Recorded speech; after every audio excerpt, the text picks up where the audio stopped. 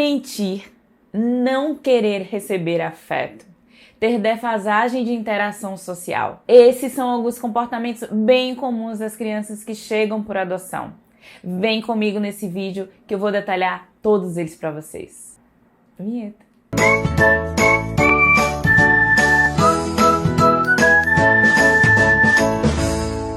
Os comportamentos mais comuns e que levam os pais a muita preocupação são mentira e pequenos furtos. Isso pode acontecer por vários motivos. Primeiro, a criança ela pode ter aprendido a viver mentindo e fazendo pequenos furtos para garantir a sua sobrevivência. Então, eles funcionaram em outro ambiente como uma estratégia de sobrevivência. Um outro ponto que pode levar à mentira e esses pequenos furtos são a necessidade de controle do ambiente.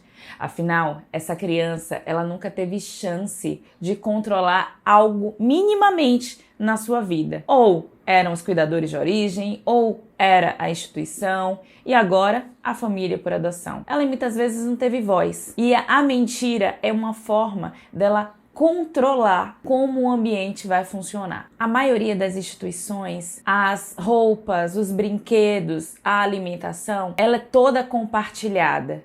E esses pequenos furtos garantem, entre aspas, àquela criança que ela terá aquela comida, aquela roupa ou aquele brinquedo só para ela. De uma forma geral, é algo que funcionava no ambiente em que eles viviam, mas agora fica disfuncional no novo ambiente e se torna aí algo que pode ser prejudicial e que gera aí uma preocupação muito grande nesses pais em como, inclusive, combater isso em outros ambientes que não o ambiente doméstico. E como eu faço para lidar com essa mentira? Bem, tem muito espaço, mas o que eu posso dizer aqui para você agora nesse vídeo, que não é o objetivo de falar sobre essa mentira, é dizer que se você já entende que isso pode ter acontecido para a sobrevivência dessa criança, já é o primeiro passo. Um outro ponto é, foque em resolver o problema e não se concentre no ato de mentir. Isso já vai trazer para você uma base para começar a mostrar para essa criança que ela não precisa utilizar a mentira naquele ambiente. A mentira pode trazer por trás também a insegurança. Sentimento que eu falei no vídeo anterior, se você não assistiu ainda, corre lá para ver, onde eu falei dos sentimentos mais comuns dessa criança.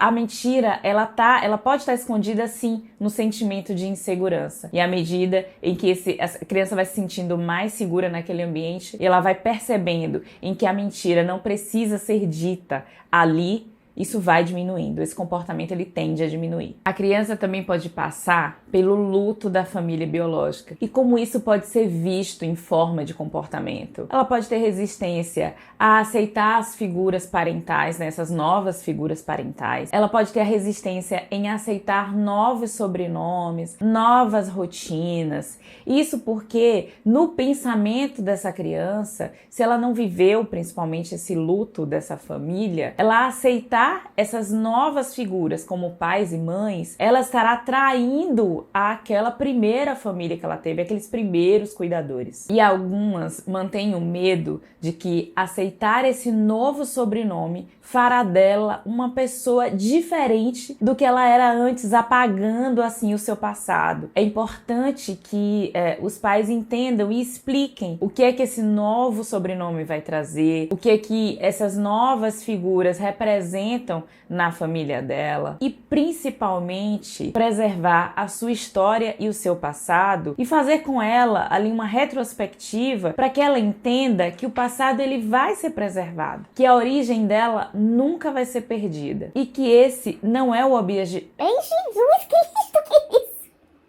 E que esse não é o objetivo da adoção. Inclusive, essa criança, ela pode não ter tido a oportunidade de vivenciar esse luto justamente porque a ela não foi explicado o que é necessariamente uma adoção. E cabe nesse momento que os pais façam essa explicação também. O luto e a saudade, eles podem não ser só da família biológica, eles podem ser também da instituição. E é muito comum que eles resistam em largar alguns objetos, quererem usar sempre as roupas que utilizavam na instituição, não largar de alguns brinquedos. Por isso é algo importante que quando a criança venha com você para casa, ela possa trazer o que ela quiser. Se ela deseja trazer algum brinquedo, alguma roupa ou algo, traga junto. Pense que se ela está vindo para casa, que ela precisa de tudo novo, que ela precisa comprar tudo de novo, que ela pode deixar tudo para trás. Todos esses objetos, todas essas coisas fazem parte de quem ela é e podem funcionar inclusive como ponte para essa nova vivência, essa nova vida, essa nova família. É algo que ela traz que lembra um ambiente em que ela considerava seguro, mesmo que não fosse tanto assim, para fazer uma transição para esse novo ambiente. Um teórico da psicanálise chamado Winnicott, ele considera esse uso de um objeto,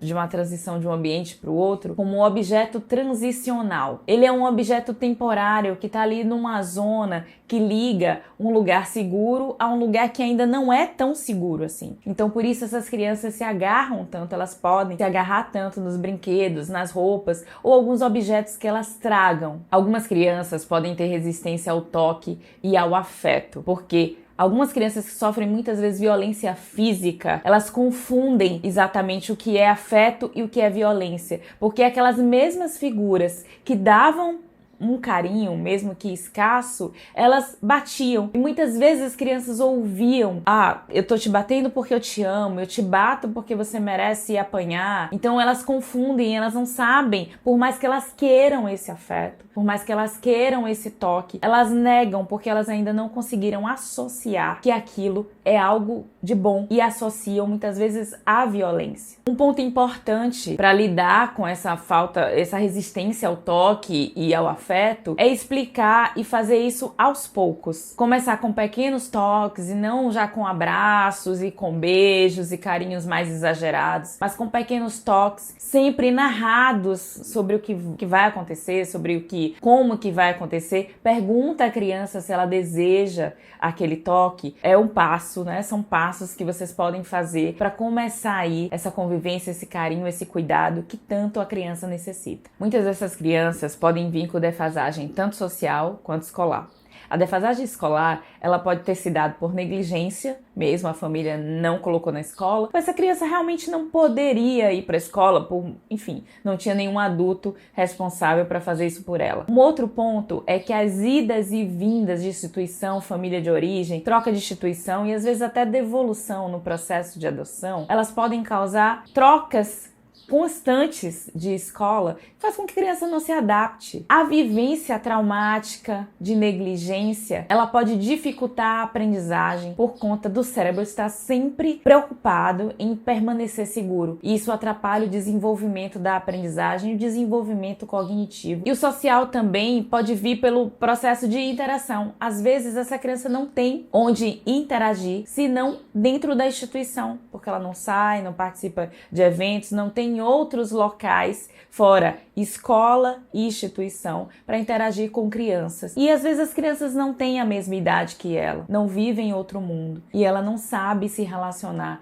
com outras crianças senão nesses ambientes. A ansiedade em algumas tarefas e ações, elas podem aparecer nessas crianças também demonstrando uma insegurança. Por exemplo, a criança, ela pode ter uma ansiedade ou um comportamento ansioso num momento em que se passa por uma rua ou uma estrada ou um caminho que pode levar de volta à instituição ou pode fazer com que ela lembre de alguns episódios como a entrega ao conselho tutelar, o dia em que eles foram retirados de casa. Esse comportamento ansioso por trás, ele pode demonstrar muita insegurança. Então é importante que se narre o que vai acontecer. Narrar o que vai acontecer para essa criança dá previsibilidade, ajuda na rotina e faz com que ela entenda o que vai acontecer depois, né? Isso dá mais segurança à criança, ajuda a estabelecer aí esse ambiente seguro. Um comportamento que aparece, que também confunde muito os pais, é a regressão. A regressão, na verdade, ela é um comportamento que não condiz muito com a idade da criança. A gente vai ter um vídeo aqui só falando de regressão, mas é importante os pais saberem que a regressão no período de adaptação é algo bem comum. É como se a criança tivesse se voltando, agora que ela tem uma segurança naquele ambiente, ela tá voltando para viver coisas